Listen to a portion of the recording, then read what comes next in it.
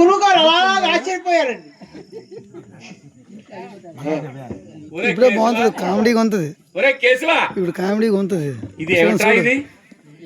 ఈయన ధరకి నాకు గుండె ధర వచ్చేటట్టు ఉన్నాయి. వచ్చింది అంటావా? నువ్వు చూసావు?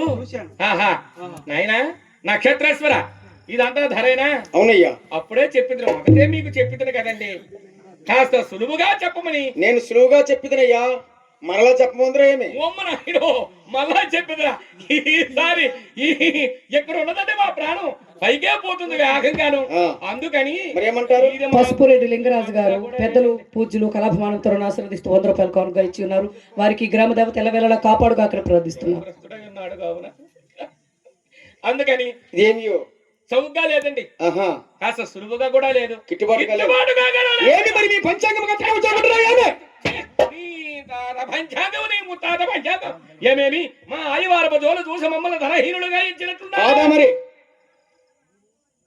తక్షణమే దాసిని పంపివేయము. తక్షణమే పంపించండి. పంపివేయము. హరిశ్చంద్ర, నీ వచ్చి అటులే కదా.